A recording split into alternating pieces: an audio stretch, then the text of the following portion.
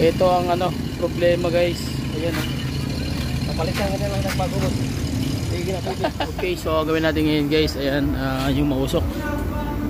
So bakasin na natin yung buong system. Yung turbo tsaka yung tanggal na yung turbo guys. So may problema rin yung turbo nito. Ayan.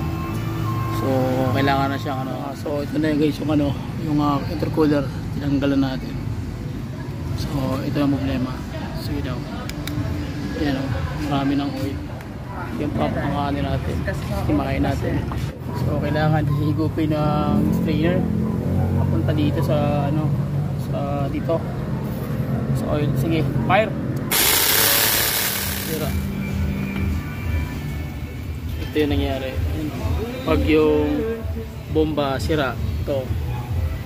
So maapektuhan talaga to, especially journal. Ayan. So pag nasira yan, wala na.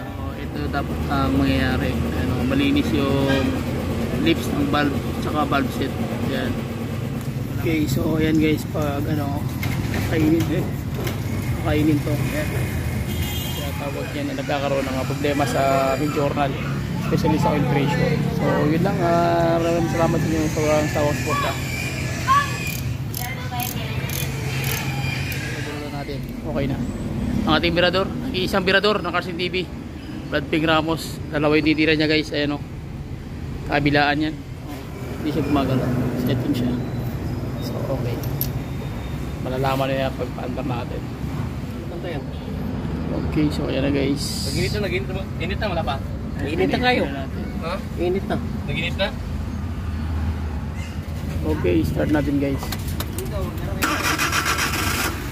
Yun natin yung usok. Wala na yung usok. Wala na yung white smoke. Okay na. Okay.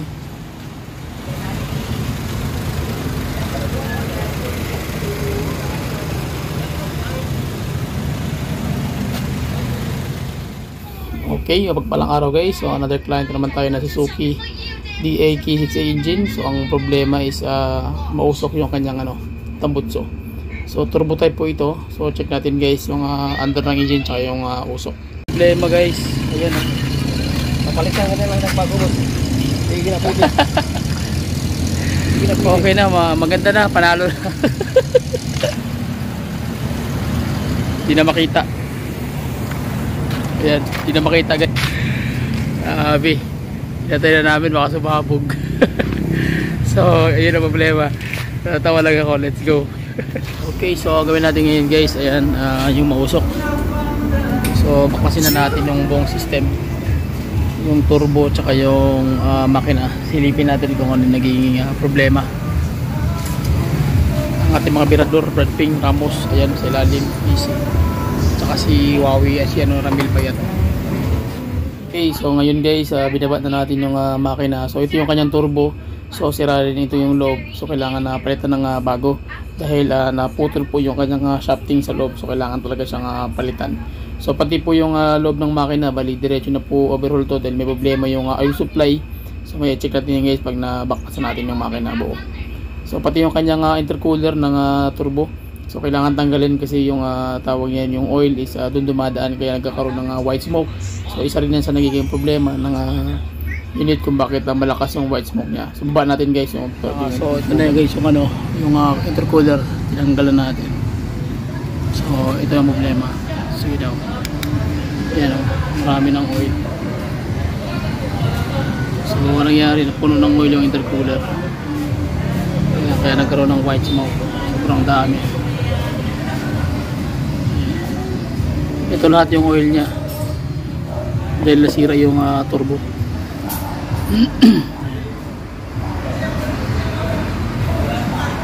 So yan ang nangyayari pag once na ang turbo mo masira, pasok yung oil dyan sa intercooler. So hanggang dito na yan, papunta ng makina. Yan yung oil ang galing sa intercooler. So kailangan siyang linisan.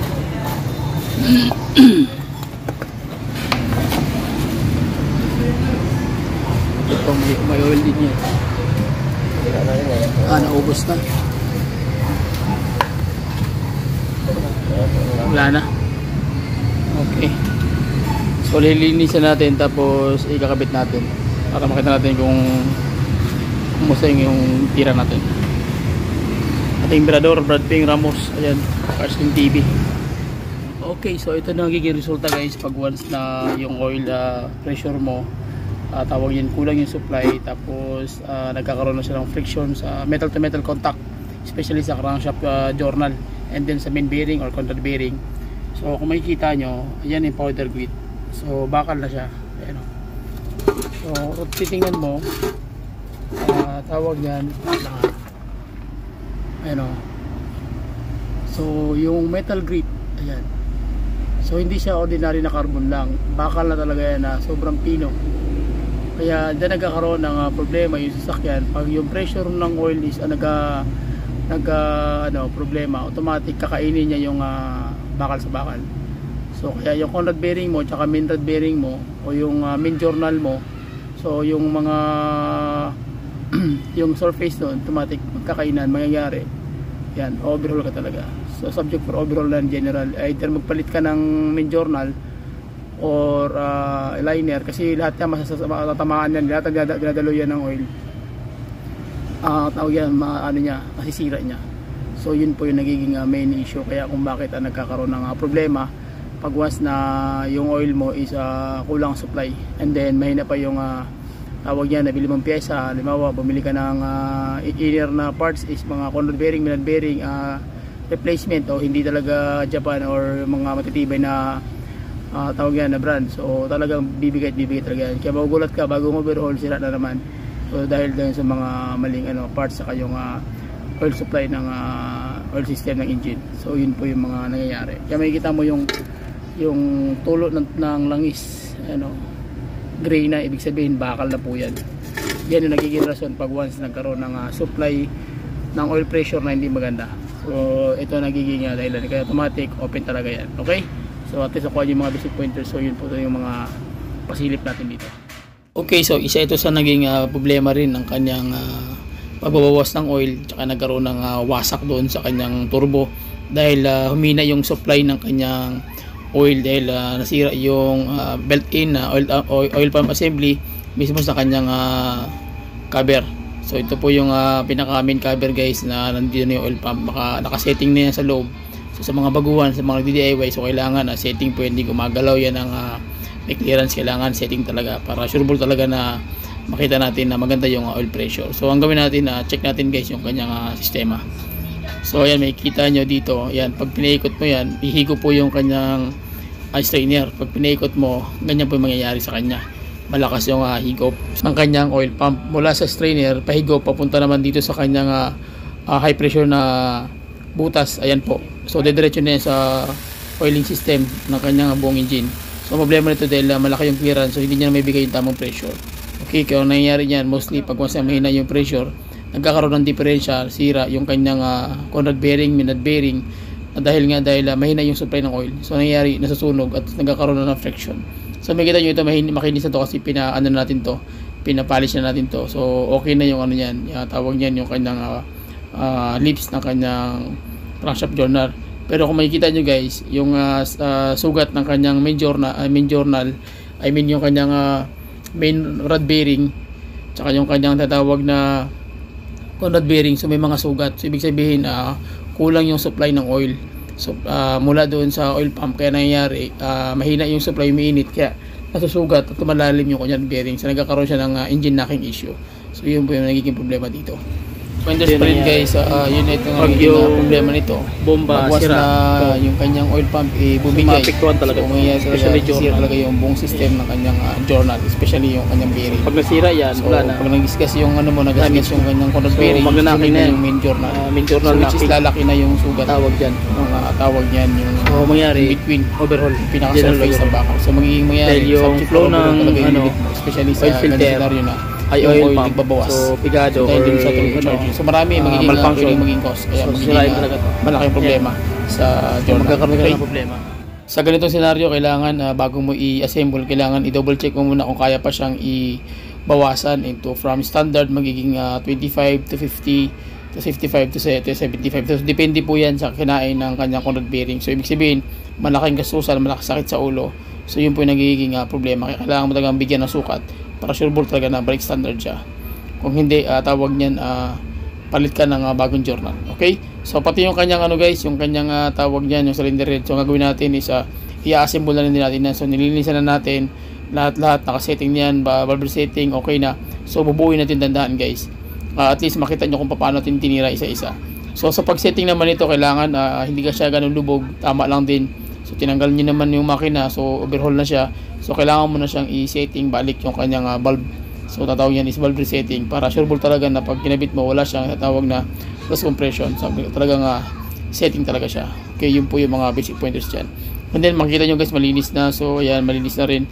So subject for ano na yan, overhaul na yan. So ang gawin natin, ikakabit-kabit na lang natin yan para diretso na. So makikita nyo, malinis na yung natin, yung kanyang main journal, yung kanyang conrod bearing, kinakapitan ng conrod bearing, tsaka sa main cap at main rod bearing. So ayan, makita nyo, swabe yung galawan. So ibig sabihin, okay na siya. So malinis na siya, wala na siyang sabit. So pwede na siyang i-assemble. So yun po yung mga pinakailangan na gawin. Okay, especially sa mga baguhan at sa mga nag-DIY. So ito po yung pinaka basic pointers nga kaalaman para makita nyo kung paano ito ginagawa yung mga unit na yan. Okay, so ito na yung oil pump set assembly. So check natin, tara. So ang supply nito, hihigop siya dito. Dito siya hihigop ng supply ng tawag yan ng dito siya hihigop guys sa oil strainer. So dito hihigop ng oil strainer sa oil. Dito naman siya lalabas. Okay, so ito yung high pressure, ito yung low side, ito yung tawag yan high side. So ito yung tapos napunta na dun sa buong system ng mechanism, main journal, conrod bearing, middle bearing, tapos punta na sa valve train mechanism saka sa turbo. Okay, so naka-built in na po yung yung kanyang valve cover, yung kanyang pump. Ayan, so ito yung sensor. Ayan, sensor yan sa pressure ng oil. Okay, so bago ito ikabit, check mo natin yung timing. So tara. Okay, so ayan na guys, makikita nyo yung yung marking ng sa may sa kanyang sa oil pump. Dito naman sa main journal.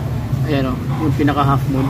So yan ang ikakabit natin. Pag makabit na yan, pag umikot itong itong main journal, so kung anong lakas ng speed niya, yun din ang lakas ng bomba ng oil. Kaya makikita nyo sa sample na kanina yung fuel. So malakas yung, the more na high speed yung mo, yung torque mo, so the more na mas malakas yung pressure ng oil. Okay, so ito na yung timing. Isihitin rin natin timing, although pabalik yung timing, pero mas maganda makita nyo rin bago ito ikabit. So ayan na siya. Ayan dalawang marking na sa kadena, kulay black, tapos tatapat siya dito, tatapat din dyan sa marking. Sa ilalim din, ganoon din. Ayan, so marking din yan, patang din yan. Ayan, ayan. Tapos pagdating naman sa ilalim, ganoon din yung kanyang kilak. Ayan, so tapat din yun dito. Okay, so okay na siya. Tapos ilalim din, ayan, yung may marking dyan sa ilalim, yung kulay yellow. So yun ang mark system ito. Sige, kabit na natin, tapos check natin kung ano mangyayari. Okay, so basic pointers pa rin. Pag naka-timing na kayo, makikita nyo yung marking dito sa ilalim. Ayan so tapat yan, tapat yan. Okay, tapos ito kailangan gumagalaw. Ayan, gumagalaw. Pag hindi yan gumalaw, tagilid ang laban. So dapat gumagalaw. Okay, sige, okay guys, kakabit na natin ang ating emperador guys. Brad, shout out. Okay, so sige, kabit na natin. Okay guys, lalagyan na natin ang gasket all. So kung magtatanong sa akin, ito po yung ginagamit natin ng gasket all guys. The best talaga ito. Hindi mo na kailangan maglagay pa ng bilyamoid. Tapos yung kanyang oil filter dito, yung pinaka kailangan nandiyan. So yan ang ilalagay natin. So basic pointers pa rin, kailangan tisado yung belt natin. Pag once na na-set up mo na yung buong system, kailangan tisado yan. Hindi yan pwede maglaylay. Pag maglaylay yan, ibig sabihin mali yung mali yung kumbaga sobra yung belt mo o mali yung pagkakabit. Okay, so yun po yung tandaan nyo bago kayo magtakip ng kanya. Okay, so kabit na natin guys. Ayan, ayan so kailangan yung marking niya pasok talaga, diba? Ayan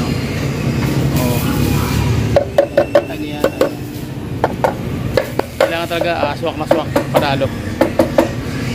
So okay, tapos dito naman yan, close na siya. Sorry. Okay, so ayan na guys, setting na. Lalagyan na natin ang bolt.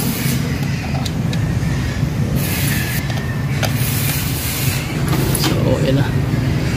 So ipit na lang tayo pagkatapos yan, panalo na. Okay. Okay, so ayan na guys, mag-iikpit na lang pagkatapos niyan, okay na yan, panalo na. Okay, so yun lang, at least nakuha nyo yung ano yung magiging main issue nito kung bakit siya tawag niya na nagkakaroon ng problema sa main journal, especially sa oil pressure. So yun lang, maraming salamat sa inyo sa support ka.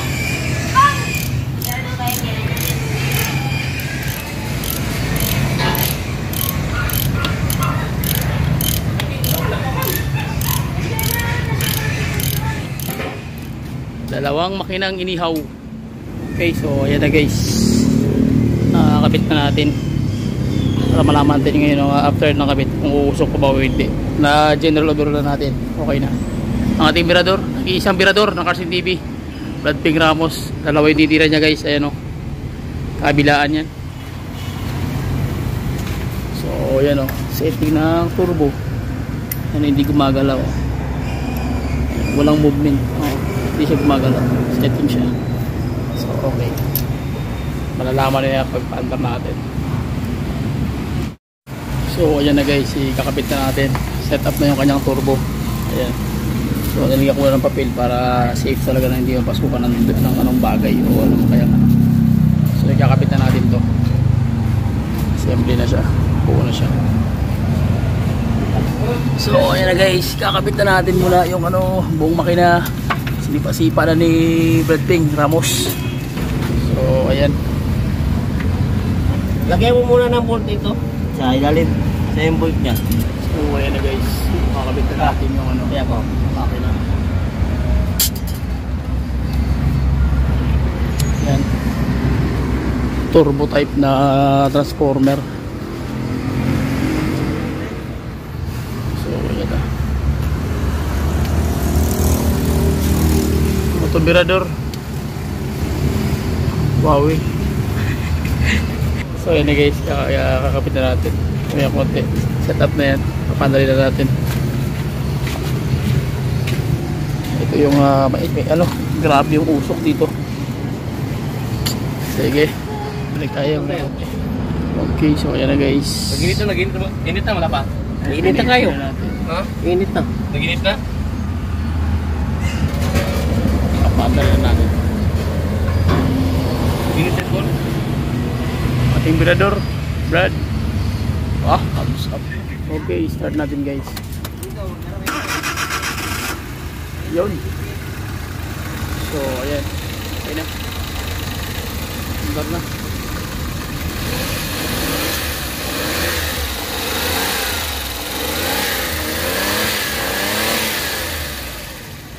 Okay na, ganda ng minor. Tapos aircon. Ayun, lamig. Yan, naka-aircon. Walang vibrate. Panalo. Ang ating birador, Brad Ping Ramos. Yan, shout out. Okay. Guys, andar na yung makina. Okay, so check natin yung usok. Wala na yung usok. Wala na yung white smoke. Okay na. Okay.